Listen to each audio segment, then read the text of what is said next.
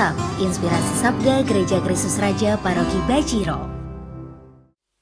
Pergilah, jadikanlah semua bangsa muridku, dan baptislah mereka. Ajarlah mereka melakukan segala sesuatu yang telah kuperintahkan kepadamu. Sabda Tuhan. Saudara yang dikasihi Tuhan, kita berjumpa kembali hari ini Selasa 21 September 2021 dalam Inspirasi Sabda Gereja Kristus Raja Bajiro Yogyakarta. Berkah dalam. Hari ini gereja merayakan pesta Santo Matius, Rasul dan penulis Injil.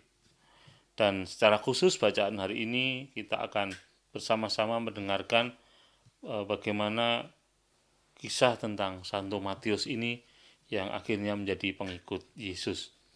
Kita akan merenungkan sabda Tuhan dari bacaan Injil Matius bab 9 ayat 9 sampai dengan 13.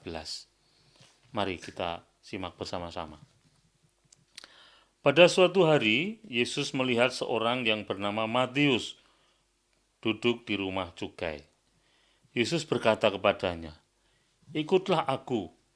Maka berdirilah Matius lalu mengikuti dia.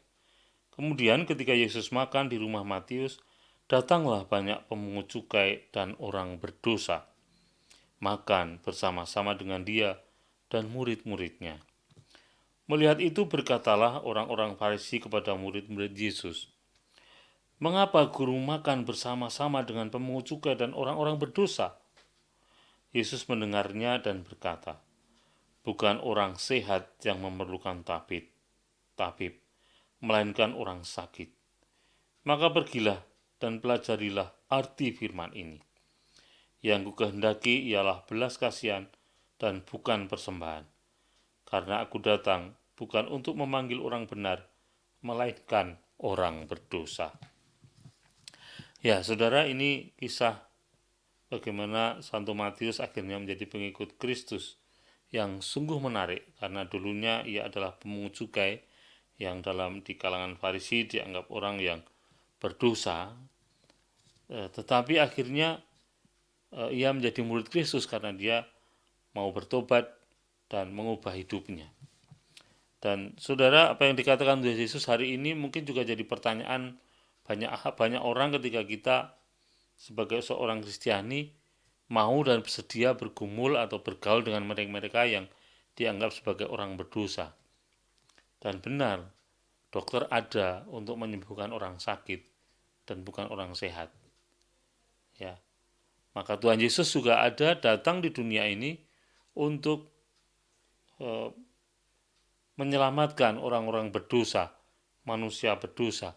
Meskipun pada kenyataannya semua manusia adalah orang yang berdosa. Maka sangat wajar kalau Yesus datang mengatakan bahwa ia datang untuk menyelamatkan dunia. Tidak menyelamatkan si A, si B, atau si C, tetapi menyelamatkan dunia.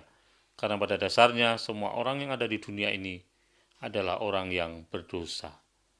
Maka dengan situasi ini seharusnya kita bisa melihat dengan jernih seperti apa yang sudah diperbuat oleh Santo Matius, yaitu dengan menanggalkan dirinya, dengan meninggalkan segala kenyamanannya sebagai pemungut cukai, dan akhirnya menjadi pengikut Kristus. Dan yang istimewa, dia bahkan menjadi penulis Injil. Ini yang luar biasa. Nah, saudara, dari renungan bacaan hari ini kita harusnya semakin diyakinkan bahwa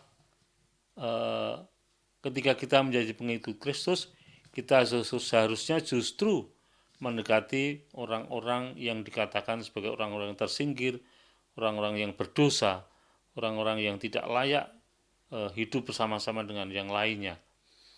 Karena dari situ kita akan bisa menemukan atau menyelamatkan banyak orang yang bisa masuk dalam kerajaan surga. Kalau selama ini kita hanya bergaul dengan orang yang baik-baik, yang menurut kita cocok, yang menurut kita sesuai dengan keinginan kita, sekarang mari kita mulai bergaul dengan semua orang, dan lebih-lebih mereka yang dicap atau disinyalir sebagai orang berdosa. Ini yang harus kita lakukan, agar kita sungguh-sungguh bisa meneladan Kristus yang datang ke dunia untuk menyelamatkan mereka yang berdosa atau untuk menyelamatkan dunia yang sudah penuh dengan dosa. Lalu Tuhan juga mengatakan tadi, yang kukehendaki ialah belas kasihan dan bukan persembahan.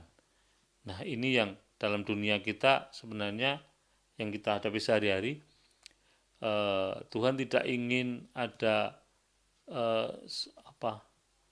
suatu keistimewaan tertentu yang diberikan, tetapi Tuhan ingin agar kita menerapkan belas kasih kepada orang-orang yang memang sungguh membutuhkan pendampingan dari kita. Maka mari kita siapkan diri kita terlebih dahulu agar kita layak untuk menjadi pengikut Kristus, agar kita sungguh bisa seperti Santo Matius menanggalkan diri kita yang lama menjadi diri kita yang baru, sehingga kita pun bisa menjadi inspirasi bagi orang lain di sekitar kita untuk juga mengikuti Kristus.